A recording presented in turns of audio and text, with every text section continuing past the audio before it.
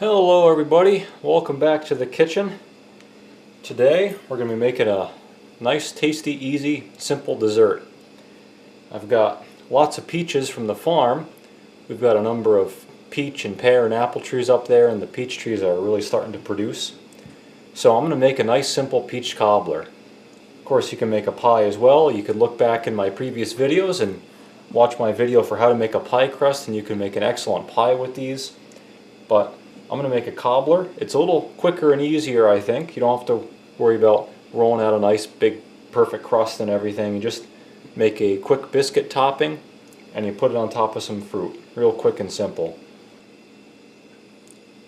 Here's the biscuit recipe I'm going to use. I did a previous video a while back about making these, so if you want to watch more detail about how to put this together, just look back for that video. Otherwise, just take this recipe down if you want to follow my recipe exactly. Alright, so I have all the dry ingredients in the Cuisinart, and I'm cutting up the butter, which came right out of the freezer, so it's nice and cold. Cutting that up into little pieces so the Cuisinart can chew it up easier. So now I'll pour the dry ingredients into a bowl, and with a fork I'll blend in the wet ingredient, which is, well, this is half and half. You could use milk, buttermilk. I've even used yogurt as well, and sour cream, any sort of dairy product. And we're looking for 2/3 of a cup. As with any sort of pastry, start on the shy side. This is maybe half a cup.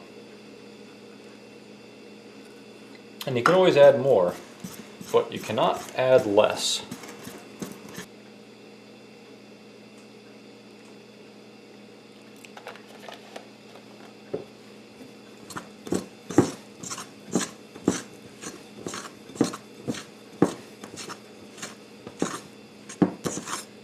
There we go, that's perfect. Alright, let's roll this out. So I've got 2 pieces of saran wrap stuck together here. I put the dough in the middle. I'm just going to start by pushing all of the loose pieces together, using the saran wrap between my hands and the dough itself so I don't make as much of a mess. Now I'm going to try to kind of influence this into a rectangle shape. Now I'll put another piece of saran wrap on top of that.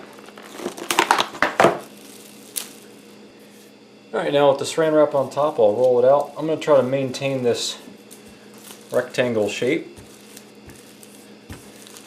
and you'll see why. Alright, now it's rolled out to, I don't know, maybe a 1/4 inch thick or so.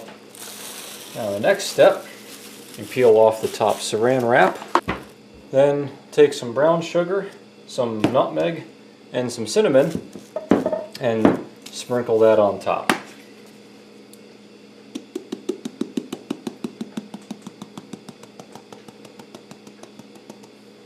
Now some nutmeg, and finish off with some brown sugar.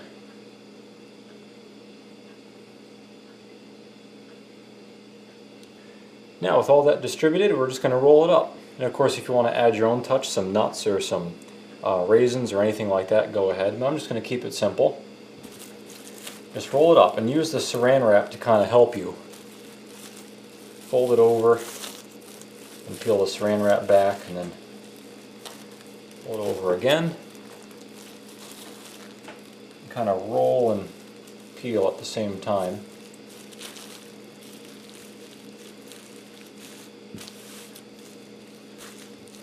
There we go. I have a nice roll up. I'm going to fold this up and keep this in the fridge because the next step I have to do is prepare the peaches. Alright, so the next step, gotta trim all the bad spots out of these peaches. These aren't store-bought, so of course there's going to be some rotten spots or some bug-eaten spots, etc. So, not a big deal. I'm just going to cut the bad parts out and leave the good parts, take out the pits, and put the rest in here. Alright, we got a whole bunch of peaches cut up in here, and it's it's time to put the biscuit on. So I pulled this out of the fridge. I'll unwrap it. Now I'm just going to take my knife, gently cut through and take the little discs of biscuits. See, they have a nice little curl in them, and place them on top. Well, you know, it just occurred to me, I'm getting ahead of myself. Let's mix some sugar into these peaches, even though they're pretty sweet. Well, it is going to be a dessert, so let's put a little bit more sugar in. So I'm going to carefully take these out and just set them aside on the saran wrap, and let's get some sugar in here.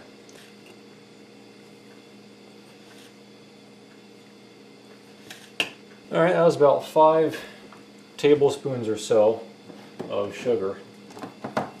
Now I'm also going to add a little bit of extra, whoops, trying to left-hand it, a little bit of extra cinnamon in there. Let's stir all that together. That's all there is to it. Alright, we're all done. Let's stick those in the oven.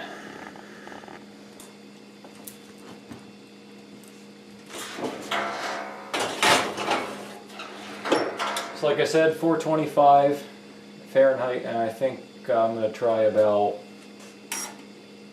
I don't know, 15 minutes to start. You can always cook it more, but you can't cook it less.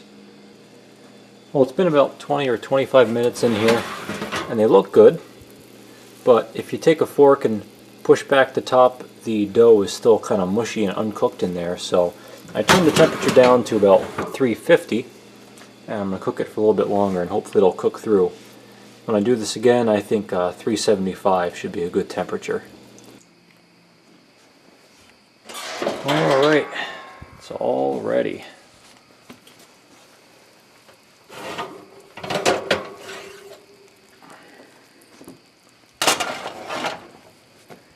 Well, that looks pretty good. Now, of course, the toughest part is waiting for it to cool down so you can take a test bite. Do you want to try some peach thing Connor made? Or do you want some of the pork we just had for dinner? I don't think she knows what you're saying. No, I think she wants the pork we had for dinner. Alright, it's time for a taste test. I have my taste tester helper with me, and she'll let me know if it's just as good as I think it is.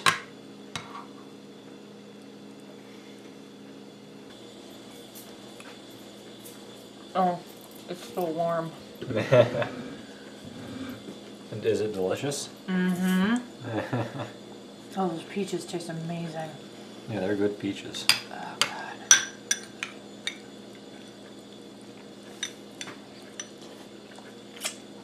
Oh, yeah. Mm-hmm. That'd be good with ice cream on it, too, even though I'm not much of a fan of the hot and cold combination. I bought ice cream. Oh, yeah, you do. There's ice cream in the fridge. Maybe we'll have to try some. Well, another success, another quick and easy recipe.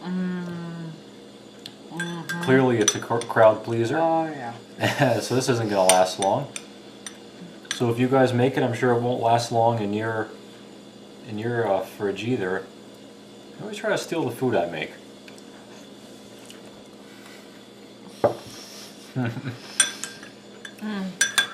So if you make this, I hope you enjoy it. And thanks for watching. Hit the subscribe button to stay tuned with. Hey, give me some of that. Yep. Ah. Rube? To check out new videos that come out. And thanks for watching, and come back for more.